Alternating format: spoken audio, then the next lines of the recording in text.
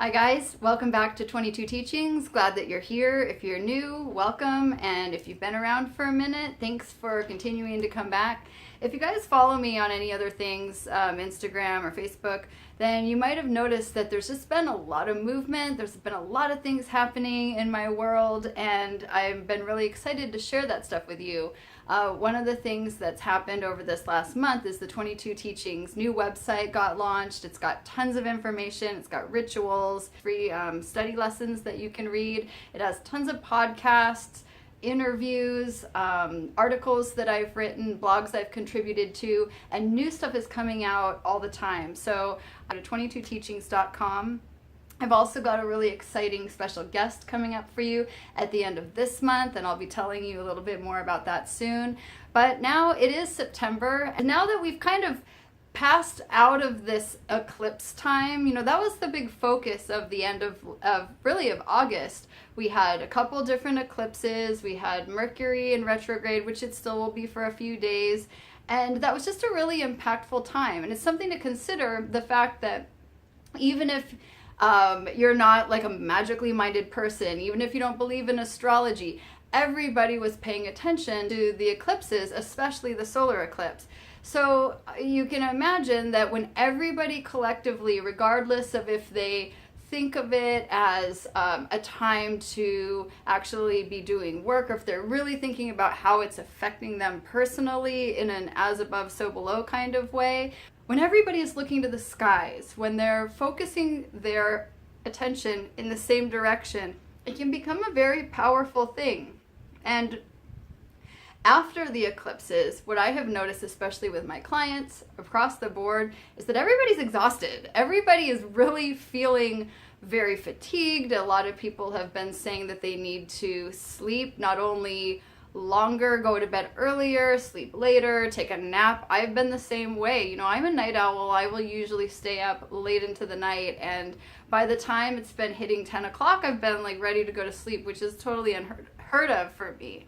So if you have been feeling that way, drained or lethargic, just know that that's normal. But I think that now, actually, as of today, we are coming out of that. So it's the first day of September. This video might be going up a day from today. So it is time to sort of get things back on track. And the sun now is in Virgo. Virgo is a sign of a lot of discretion, of organization. I just had my birthday. I am on the cusp of Leo and Virgo. So I am the last day of Leo, but I have a lot of Virgo qualities. I do consider myself to be fairly organized, and Virgos are also known to have a very, very high exacting standard, sometimes to the point where they're a little bit overly idealistic in their expectations of others. And I will say that that is definitely something of mine. But the other thing is that Virgos are supposed to love to clean, and apparently I did not get that part of the equation. So unfortunately, the love of cleaning is not one of the qualities that has made up my chart. But if you don't have to be a Virgo to take advantage of the fact that when the sun is in Virgo, this is a good time to focus on these qualities, to get organized, to kind of raise the bar on things, especially your expectations of yourself. It's one thing to have high standards or high expectations of others, but how are you going to have that if you're not holding yourself up to the same standards, right? One of the things that my students and I have been doing, and we started this a week ago, was to face a challenge to eliminate something from our life that is a toxin, and we just decided to do that for 1 week. So we did it collectively. Some people chose certain foods, or a lot of people did coffee. Some people did caffeine in general. Some people gave up certain ways of thinking or ways of acting, certain judgments that they were putting out. One person said that they were giving up time-wasting games on their phone for a week. You know, not to say that this is something that all of a sudden, never ever again is this person gonna do. But it was kind of a challenge that I set out there for everybody to do it collectively. And if you're not a part of our Facebook group, we've actually got a group on there. It's called the 22 Teachings Signal Lamp. And for those of you who can't come to the classes in person, it's a great way to still be a part of the community. So if you are interested in energy work, in crystals, in tarot, in being a magical practitioner, and being a light worker, come join the family over at Signal Lamp, and I'll put the link for that below. So we are in this sign of Virgo. It's a good time for you guys to think about, is there anything in my life that I need to clear out? Is there anything toxic that I do need to kind of buckle down and rid myself of? And try giving yourself a week. You don't have to just go cold turkey for the rest of time. The first couple of days, whenever you're making an adjustment, are gonna usually be the hardest, but at some point you do get over the hump. And if you do it for a week, we did Saturday to Saturday, so tomorrow is actually our last day. You know, and I found for my things that Wednesday was really a turning point. It actually, you know, things started to feel better and I started to feel more clear. So I definitely encourage you guys to try doing something like that for this month. And like I said, if you want to be a part of the group, then you can feel that there are other people that are also doing it as well. And everybody supporting each other is part of tuning into what is called the egregore, which is a magical current where when multiple people have the same focus and are working on themselves in the same way, they are actually benefited by other people that are doing the same work, and so the current grows stronger. By the time we move out of Virgo, we'll actually be going into the fall. And so the end of Virgo moving into Libra is the fall equinox, and that's gonna take place on the 22nd of September.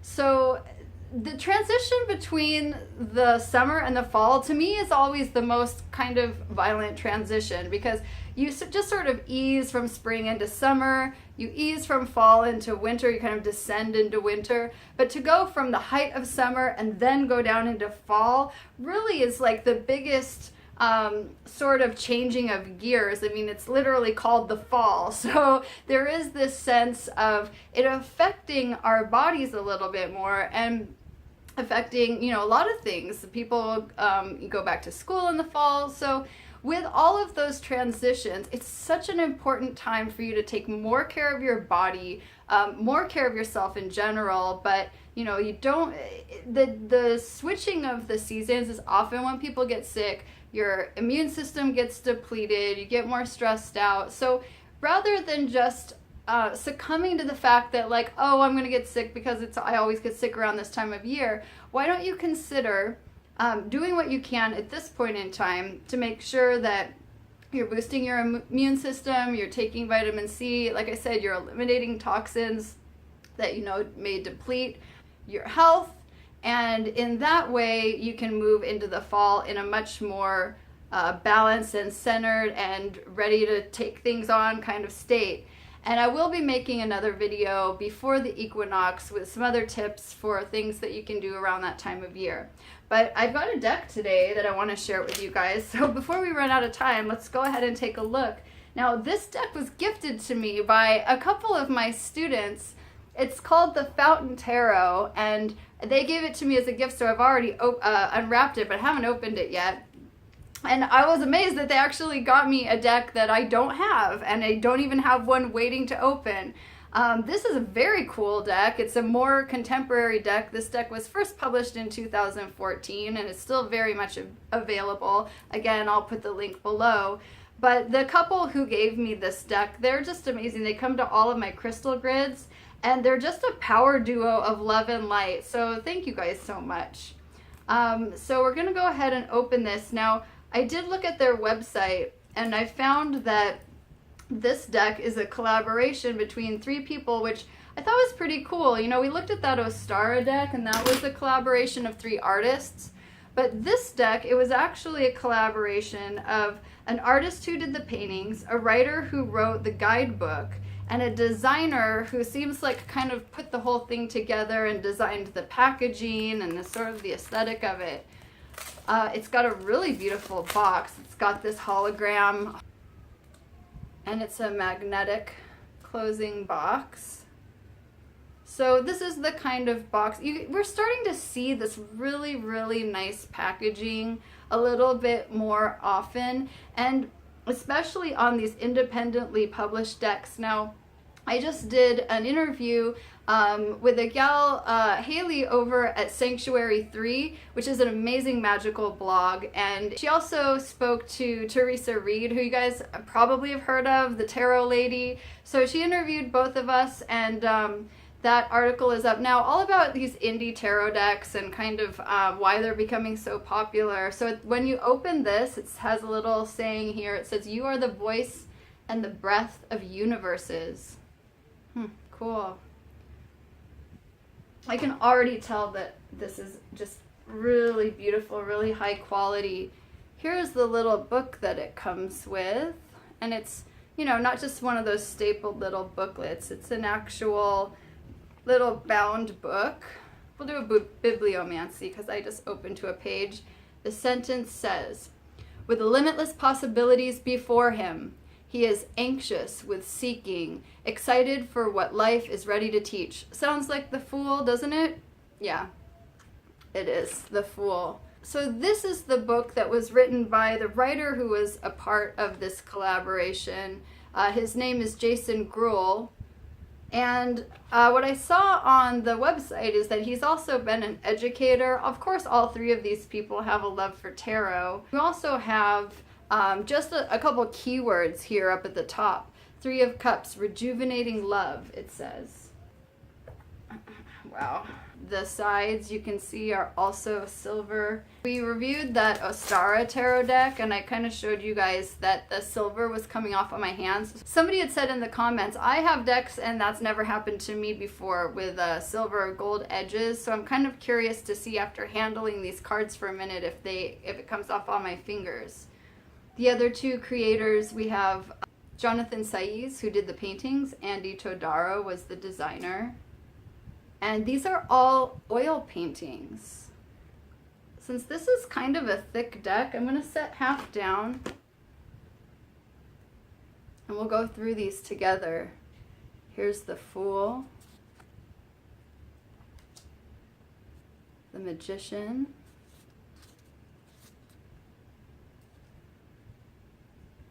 The High Priestess. The Empress. Quite beautiful, aren't they? The Emperor. The Hierophant. They're kind of abstract, but then the human figures are very realistic. That's the Chariot. Justice. Very fresh, you know, definitely using similar ideas as a traditional deck. There's the Hanged Man, of course. Death.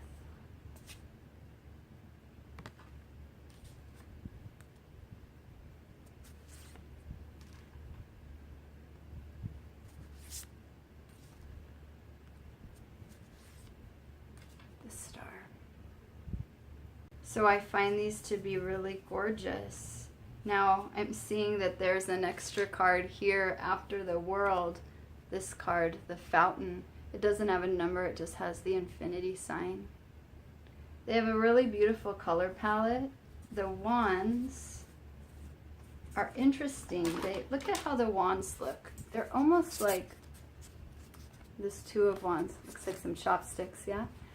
They're almost less like wands and more like rays of light, which is interesting considering that wands correspond to fire. So I really actually love that interpretation. Gosh, these are really, really beautiful. Very unique, a very, very different deck. And again, here's the backs of them. The backs are very beautiful and modern as well. There's the classic 8, 9, 10 of Swords. 3 of the more difficult cards in the deck because they are the cards of anxiety, fear, and worry. and basically the downward spiral that we go into when we don't let ourselves release that stuff, when we stay too much up in our head. And you've got to wonder, why is anxiety so prevalent?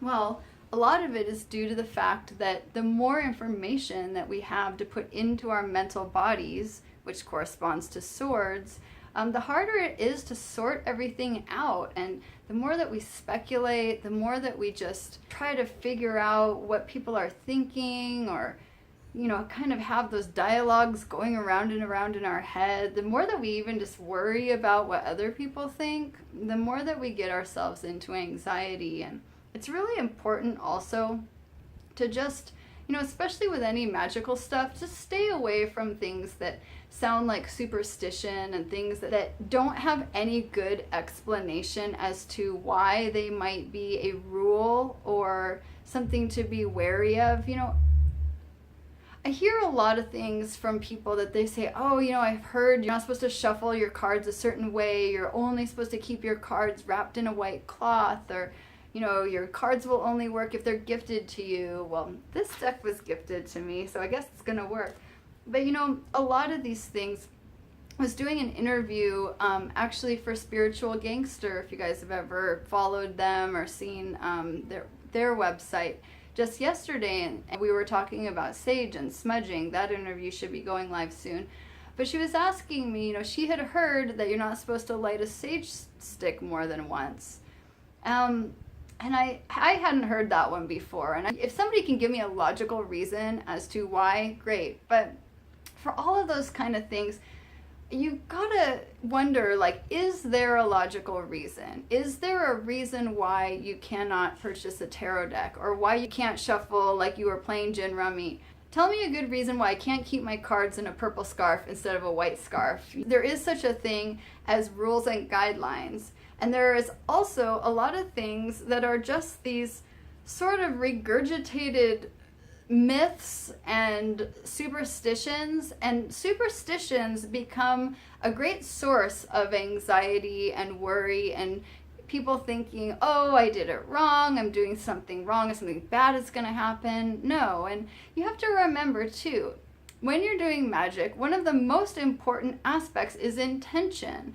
It's more important that you have the right intention than it is that you follow the right or wrong rules. If the more information that you have, the more intentional your work can be. But if you do a magical working and then later you find out, you know, it would have been better for you to do it in this way, or to do it on this specific day, or to use a different color, does it mean that your work was done wrong or that it wasn't effective? No, because at the time, you used the knowledge that you had, and your intention was what was important, and fueling that.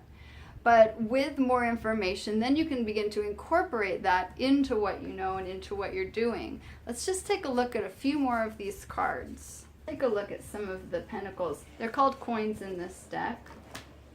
We'll just go through the first 5. There's the ace, 2, 3, 4, and 5. All right, let's draw a single card for the week. If you aren't good with shuffling cards, just try practicing on a regular deck of playing cards. And then work your way up to shuffling one of these bigger decks. You know, I learned how to shuffle cards playing cribbage with my grandma when I was little. And let's take a look and see if this silver is coming off. Well, I do see it a little bit. I don't know if you guys can see. There's a little bit of sparkly silver on my hands, but it's much less. I don't even see it in the camera. It's much less than that other deck. So this seems to be a little bit better. Now, here's our card. The 8 of Cups. Well, I think that this is very telling of letting go of things that no longer serve you, which we talked about earlier in terms of letting go of things that may be toxic. Sometimes when you first start with something, it's not toxic. It's not often until something gets to a point where it's draining too much of your energy, you're putting too much focus on it, or you've lost moderation. the first time that you had ice cream, it wasn't a bad thing. It wasn't a toxic thing necessarily, but if you got to the point where you have to eat ice cream every single day, then it does become an addiction. And an addiction is a toxic thing because it takes away your power and it pulls you out of temperance, it pulls you out of center, and it basically controls you. So the Eight of Cups, which I call the classic breakup card, is the card where you step away from something that you had invested energy into and you had invested feeling into, but where you realize that you're not getting back what is anything that's good for you any longer, and it's time to walk away. Let's see what the book has to say about the Eight of Cups. In the Eight of Cups, a man walks away from his current reality toward a new dream. The cup of his old way of life has emptied, and though he has acquired relationships, skills, and memories, he must abandon some of what he knows to create something new. Be confident that nothing of importance has been lost. The path forward is unclear, but to find the deeper satisfaction you crave, you must be certain of your decision, venturing toward the haze of the foreign and the unknown. And it's very true with the idea of letting something go, with the idea of clearing something out of your body. You are making space for something new to come in, something of a higher vibration to come in. If you're clearing something physical out of your body, something that you've been putting in as a physical toxin, then you are making yourself lighter and you are allowing space for something more higher vibrational to come in. If you're clearing out a relationship, somebody in your life that has been toxic, then you're opening up space not only for you to put that attention you gave to that person back where it needs to be on yourself, but you're also making space to attract somebody new that may be healthier into your life. So consider that. I think that that was a great draw for what we talked about earlier. Magic is very real. Thank you guys so much for watching this video. Definitely check out this gorgeous deck, the Fountain Tarot, which I will put a link to down below. And make sure and check out the website and subscribe to the channel if you're not already. We've got a lot more exciting things on the way, and give this video a thumbs up if you enjoyed it. I'll see you guys next time. Bye.